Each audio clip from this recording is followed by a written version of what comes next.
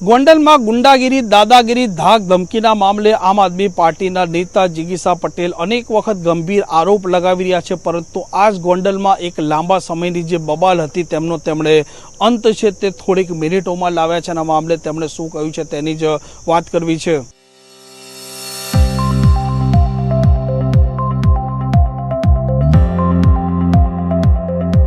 નમસ્કાર, આપ જોઈ રહ્યા છો હોટલાઇન ન્યૂઝ અને હું છું આપણી સાથે તોફિક ગાંચી। ગોંડલ છે, ગોંડલમાં બે બળિયાઓ, બે જૂથ છે। એક જૂથ માનવામાં આવે છે પૂર્વ ધારાસભ્ય જયરાજસિંહ જાડેજાનું, જ્યારે બીજું જૂથ છે તે આ રીબડાના અનિરુદ્ધસિંહ જાડેજાનું છે। અને જે પ્રકારે જિગીસા પટેલ ત્યાં સક્રિય થયા છે, કાયદો વ્યવસ્થાને લઈને સતત તે સવાલો ઊભા કરી રહ્યા છે અને જે પ્રકારે આ દેવડા ગામ પંચાયત અને સુલતાનપુર ગામ પંચાયતમાં એક લાંબા સમયથી રસ્તાનો વિવાદ હતો। 30 વર્ષથી આ મામલાનો કોઈપણ પ્રકારનો ઉકેલ ન આવતા, પરંતુ આ મામલો થોડાક સમય પહેલા જ આમ આદમી પાર્ટીના નેતા જિગીસા પટેલે ઉપાડ્યો હતો અને અંતે આ મામલો, આ દુશ્મની 30 વર્ષ જૂની છે તેનું તે સમાધાન લાવે છે અને આ મામલે તે પ્રતિક્રિયા પણ આપે છે।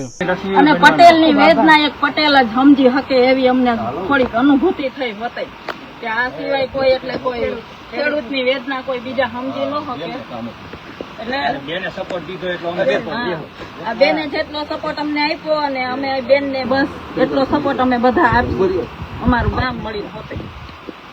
વાત એટલી હતી કે આ રસ્તાની અંદર કમસે કમ 19 જેવા ખેડૂતોના ખેતર આવતા હતા।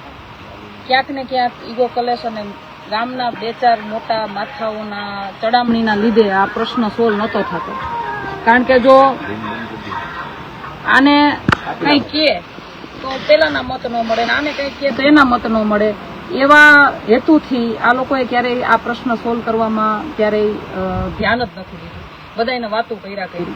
પણ આજે મારે એટલું કેવું છે કે નેતા ઈ હોય કે જે તટસ્થ રીતે કામ કરે। ખાલી મત લેવા માટે તમે જો કામ કરો તો તમે નેતા ના ગણાવો। નેતાગીરી એને કહેવાય કે જેનાથી બધાયના પ્રોબ્લેમ સોલ્વ થાય અને એના માટે બધા લોકો હરખા હોવા જોઈએ, તમામ લોકો સરખા હોવા જોઈએ। ધારો કે તમારી પાસે કોઈ પ્રશ્ન લઈને આવ્યું છે ને તો એ તમારા માટે એ જોવું જોઈએ અને જેની સામે પ્રશ્ન લઈને આવ્યું છે ને એ જોવું જોઈએ। તટસ્થ રીતે કામગીરી કરો ને તો ઘણા બધા પ્રશ્ન સોલ્વ થઈ જાય। એટલે નવજુવાનીઓને પણ કહું છું, અમે ઘણી વખત કહેતા હોય કે યુવાનોએ અને મહિલાઓએ રાજકારણમાં આવવું જોઈએ, પણ નેતાગીરી હવે જે છે ને જે દિશા જેને બદલી નાખી છે ને, નેતાગીરીની દિશા બદલી નાખી છે। ઘણા પૈસા કમાવા આવે, ઘણા ટિકિટો લેવા આવે, ઘણા કહેવાય ને એને પોતાના સ્વાર્થ માટે જે નેતાગીરી કરે છે, એ નેતાગીરીને બદલવા માટેની પણ એક આ દિશા છે। ઉપસરપંચ એવી સહી કરી દીધી, એટલે ગ્રામ પંચાયતે આવી બધી નાની મેટરમાં ધ્યાન આપવું જોઈએ, કારણ કે ગામના ખેડૂતો કોની પાસે તો એ મોટા મોટા તો શું કહેવા માંગે ખબર કે આ બાંગવરિયાથી શું ખાવાનું હતું, પણ અમારા બાંગવરિયા જાતિની રાણી ભેગા હતા બતાવ્યું ને અમારા બાંગવરિયા મોકલે। જયારે રસ્તાનો આપણે ઇસ્યુ ચાલુ કર્યો એ સમયે પણ અમે જયારે પહેલી વાર મિટિંગ કરી ત્યારે ઘણા લોકોએ એવું કીધું હતું કે દિલ્હી સુધી જઈ આવો, તમારો આ રસ્તો ખુલ્લો નહીં થાય, બરાબર ને, એવું કીધું છે। પણ એ લોકોને મારે કેવું છે કે જો તમને કોઈ એવી ટણી હોય કે તમને કોઈ એવી હવા હોય, બરાબર, તો એ બધી હવે કાઢી નાખજો। હવે કાયદેસર રીતે કામ થશે અને કાયદેસર રીતે ચાલવામાં આવશે। હવે તમે છે ને આ બધા જે નાના ખેડૂતોને દબાવતા હતા ને એ બધું તમારું બંધ કરજો અને આ કહેવાય ને ઓલી ચમચાગીરી કહેવાય, અને ચા કરતા ખીચડીયું ગરમ હોય ને, આ ચમચાગીરી કહેવાય, આ ચમચાગીરી કરવાનું બધા બંધ કરી દેજો। અને બીજું મારે દેવડા ગામના ખાસ 2-3 મોટા જે માથા છે ને જે આ બધી આ ભવાઈ કરે છે, એ બધાને મારે કેવું છે કે તમે ક્યાં જમીનો દબાવી છે ને એ અમને ખબર છે। હવે તમારો આના પછી હવે તમારો જ વારો છે, ધ્યાનમાં જ છો બધા, એટલે માપે રહીને કરો। સમાજે તમને આગેવાન બનાવ્યા હતા જે તે સમયે, તો સમાજના આગેવાન તરીકે તમારે સમાજને, ગામને મદદરૂપ થવાનું હોય, નહીં કે એને દબાવીને એની ઉપર રાજ કરવાનું। જે કોઈ પણ હોય જે લાગતા વળગતા હોય સમજી જ ગયા છે, પણ એ લાગતા વળગતા હોય એને કહી દઉં છું કે તમારા છે ને જે બધા ઓલા પાથરેલા છે ને ભાદરના ડેમ કાંઠે બધું પાથરેલું છે ને બધું હકેલવા માંડજો। હવે હું ત્યાંથી રસ્તો કાઢવાની છું। ગોંડલ તાલુકામાં એ કે અહીંયા બીજું કોઈ આવી જ ન શકે અમારા સિવાય છે। ગોંડલ તાલુકામાં એ કે તમારે કોઈને મિટિંગ હતી ને હમણાં ચૂંટણી હતી ત્યારે એ કે ગોંડલ તાલુકામાં એ કે તમારે કોઈને કઈ નાના મોટા બોલાવી લો અને તમારે કોઈથી કઈ થવાનું નથી।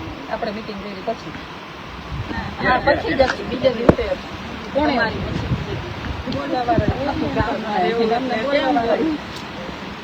પણ બોલા હોય તો સમજી જાય ને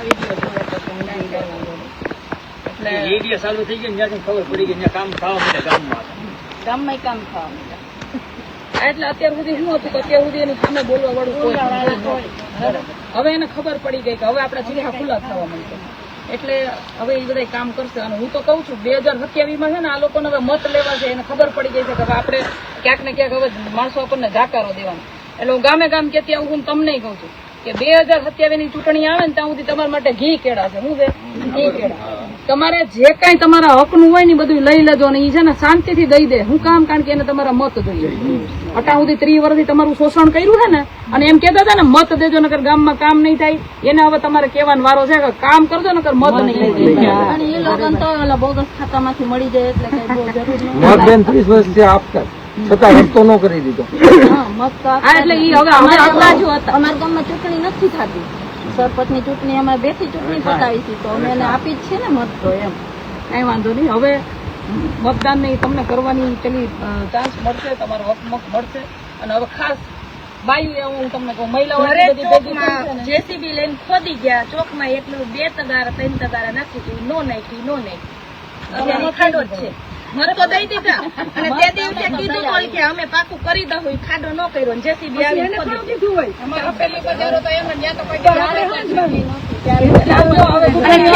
પાકું કરતા હતા ને આજે કરશું કાલે કરશું કરીને વહી ગયા, પણ હજી નથી નાખ્યું કે પંચાયતેથી આવી નાખી જાવ. પંચાયતેથી કોઈ નથી. હવે ગમે એ ચૂંટણી આવે ને એટલે ભાઈ તો બેસે, પણ મહિલાઓએ ખાસ બૂથ ઉપર બેહો. હવે અમારી પરખે ઝાંસીની રાણી લક્ષ્મીબાઈ હવે બૂથ આપણે સાચવવાનું. શું કરવાનું? એટલે કોઈ બોગસ ન નાખી શકે અને કોઈ આવી ન શકે. આપણને મહિલાઓએ આગળ વધવું પડશે. આવશો ને બધા મહિલાઓની બસ હવે જોઈએ આપણી નારી શક્તિની સામે કેમ ટકી શકે આ ગુંડા તત્વો. બરાબર ને? હલો. ભારત માતા કી ભારત માતા કી વંદે વંદે જય જવાન જય જવાન જય કિસાન. આમ જિગીસા પટેલ છે તે અવારનવાર ગોંડલના ગુંડારાજ, ગોંડલની દાદાગીરી છે તેને લઈને સવાલો ઊભા કરતા હોય છે, પરંતુ આ વખતે 30 વર્ષ જૂની 2 ગામોની દુશ્મની હતી, 2 પંચાયતોની જે દુશ્મની હતી તેનો તે અંત લાવી દે છે. વર્ગના સમાચાર માટે હોટલાઇન ન્યૂઝ ડિયા ચેનલ સાથે જોડાયેલા રહો. નમસ્કાર. આવા પ્રકારના વિડીયો તમને જોવા ગમતા હોય તો હોટલાઇન ન્યૂઝ ચેનલને લાઇક, શેર અને સબસ્ક્રાઇબ કરો.